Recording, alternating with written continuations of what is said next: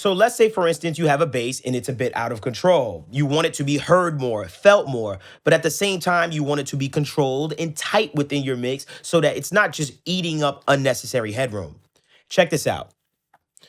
Right now, what I'm going to do for you is I'm going to play my bass before any of the processing. What I want you to do is I want you to pay attention to this number right down here. This is going to show us our peak level. So this is our bass without the processing, and then I'm going to play it with the processing. Without first, pay attention to this number right here.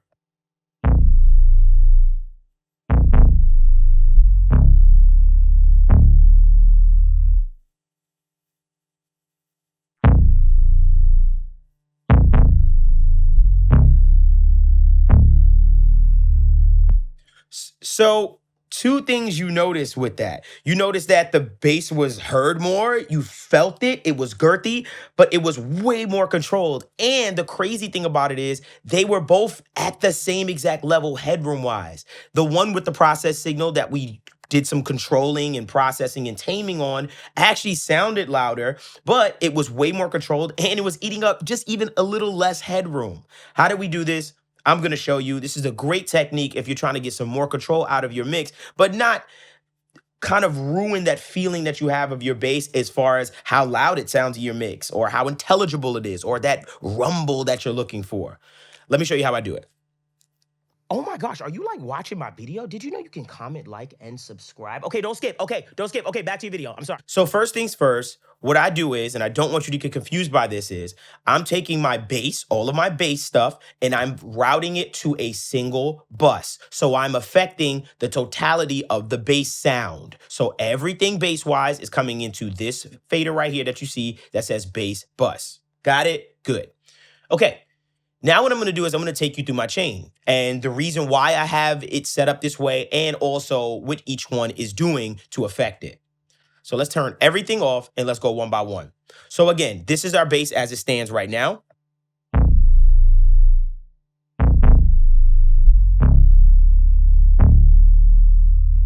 And we're going to get more control out of it. So first plugin that I'm using on this is the Pui Child. And I love the Pui Child because it really adds a lot of harmonics into my sound. I really don't use this for compression at all. I just use this to literally add a little bit of weight to the sound. So that's what you're going to notice with this first plugin. You're going to notice there's no compression going on at all, but it's literally just coloring and adding some saturation to the sound, making the bass feel a little bit heavier inside of the entire mix. Okay, so without first.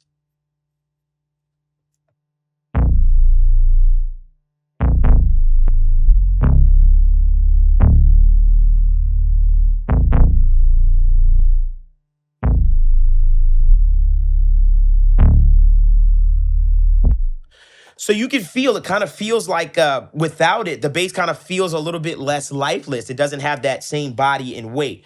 I love this plugin for this. I literally do not even compress at all. I literally load the plugin up. There's no preset or anything like that. I just use the default setting on this Waves compressor. So as you can see, these are the settings, which are basically the stock way it comes as far as when you load it up. And I'm not doing anything. Literally, I am not compressing at all. I'm just using this for color and saturation to really just bring a little bit more weight to the bass. Okay, next thing I use is this R bass. And I love using the R bass when it comes to bass instruments or any bass sound sources because it's going to add a little bit of harmonics as well, especially in those low sub-ear frequencies. You're going to notice with this as well, it's going to give me some more of that weight that I'm craving out of the bass to make it feel a little heavier. So let me show you what this sounds like. Without first, and then I'll bypass it back and forth.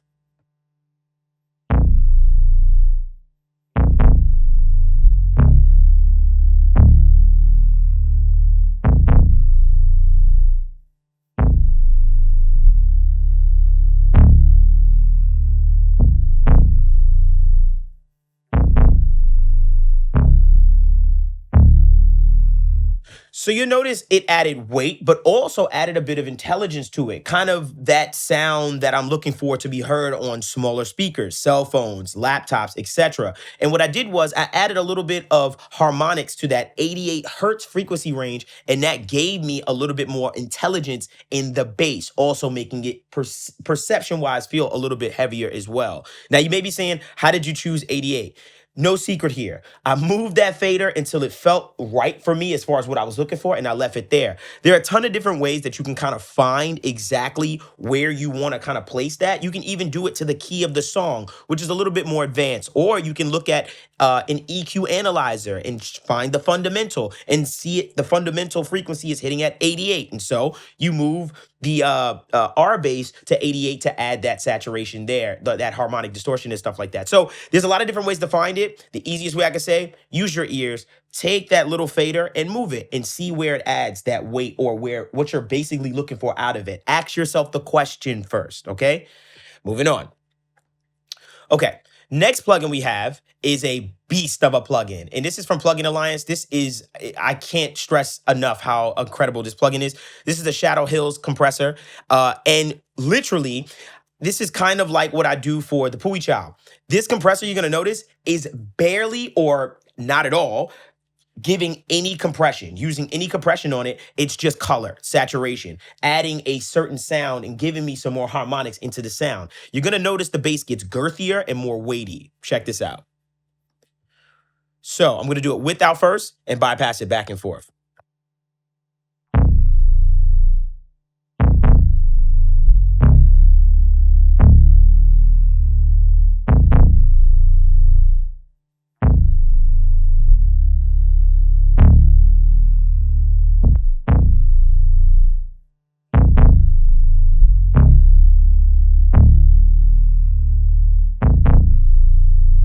So you notice it a lot in the low mids of it, where I'm getting a little bit more intelligence, and at the same time, I'm getting some more girth out of the bass as well, and it's feeling a lot heavier.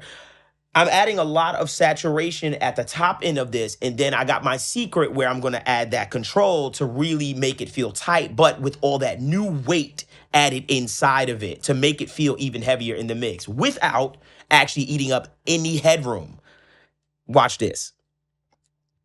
So obviously, like I said, this compressor is not compressing anything. This is literally the stock as far as what it loads up as and the whole nine. So there's no secret there. It's just adding color and saturation and harmonics to the sound. The next one I have here is an R compressor, and this may come a little unorthodox for you, but we're gonna use this R compressor to really, really tighten up my bass sound. Now, granted, you don't have to use this much compression as you're going to see me use on this compressor, but it's really gonna tighten up my dynamics with that bass, allowing for that tail end stuff on the bass to sit even better in a pocket as far as not feeling so loose and feel like it's just everywhere and having little spikes and peaks that are going to eat up some headroom that later down the line, when I try to throw a limiter on, I'm going to run into issues as far as it working too hard. So this is going to tighten up my bass sound with the new added weight and saturation and harmonics that I added. So I'm loading up the clip so that when I put this compressor on, it's really, really tightening up everything and giving me a nice full sound that is controlled, that feels nice, and is going to sit really nice in my mix. So let's listen to it right quick. So let's just do a bypass back and forth, and then I'll explain the compression settings without first, and I'll bypass back and forth.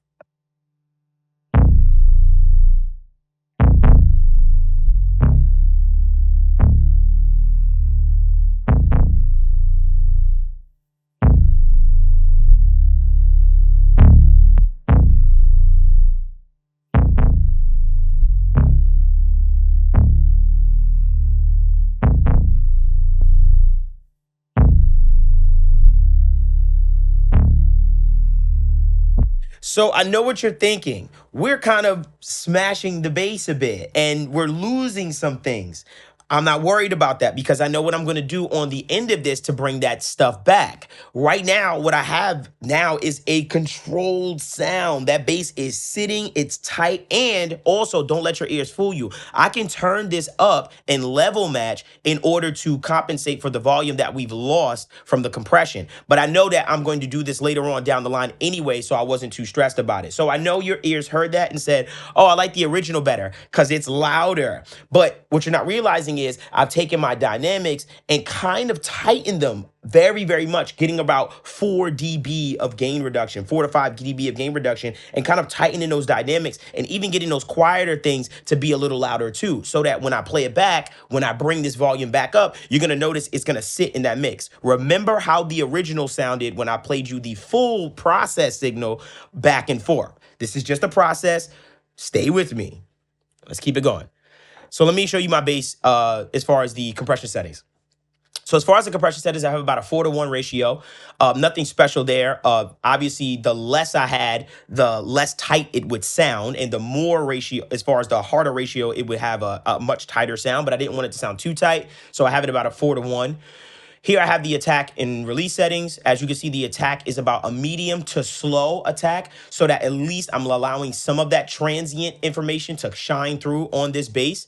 And then I have the release from a little bit of a medium to fast release, so that at least some of that tail end stuff is breathing still within the music and stuff. And I just raised it about 2 dB, which I could raise it more. But like I said, I know that I'm going to raise it after this to really compensate for the volume that we have lost out of it. Remember, yes, it is quieter from when we bypassed it back and forth, but we are going to compensate for that volume loss. And then you're going to really hear what that overall sound is doing.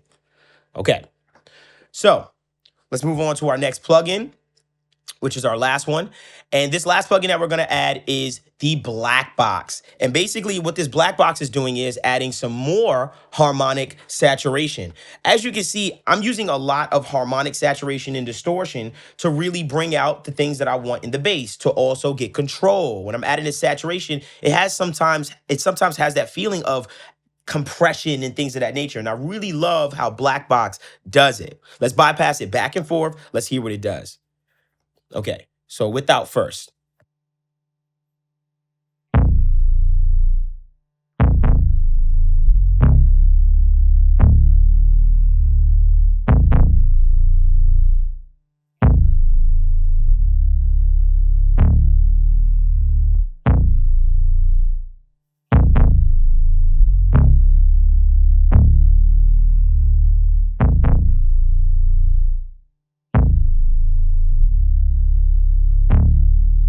So you can see I got a little bit more intelligence out of the bass, and also the volume didn't change as far as from a headroom perspective. It literally added a bunch of saturation, giving us the perception that it's louder without eating up so much headroom, and that's what I like. It kind of also brought back a little bit of the dynamics in the bass as well, just a tad bit that we lost when we added that compression and got that really tight bass sound. Now, granted, for some songs, yes, you don't need to do all of this heavy lifting as far as trying to get it that tight. For this song in particular, though, I wanted a nice tight sounding bass within the music. It felt right. So use this case by case and use it very, very sparingly. Okay.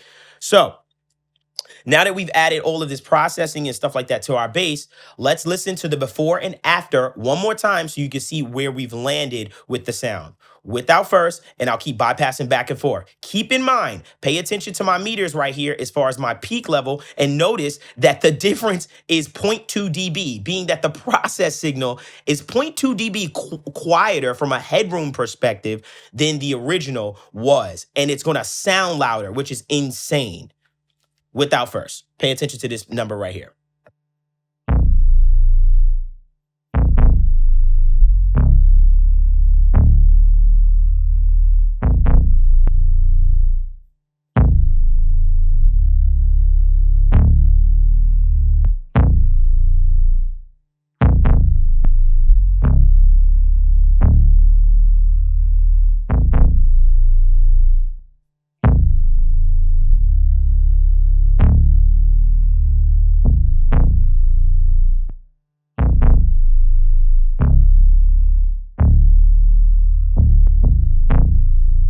So you can hear it just has a lot more girth on it. It's way more controlled. That bass is so much tighter. It's not as loose. It's not literally the difference between the A and the B is it's not eating up any headroom compared to the original.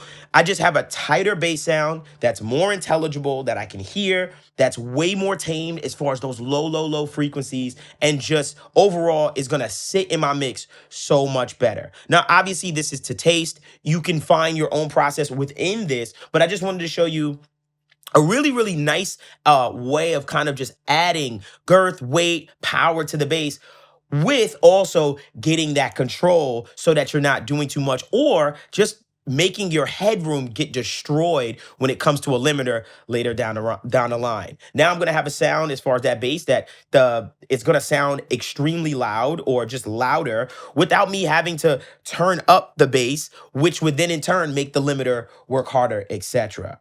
So I hope that that was helpful. That was my tutorial or review, excuse me, my tutorial on how to get some more weight and things of that nature in your bass. Please make sure you comment, like, and subscribe. Also, make sure that you follow us at Help Me Devvon on Instagram. And also make sure you join that Discord community with a bunch of aspiring engineers like yourself. Also, please join our YouTube subscription service, which is right here. You can join our channel as a paid member and get access to exclusive content. We would really appreciate that. I hope that this was helpful. And until next time, guys.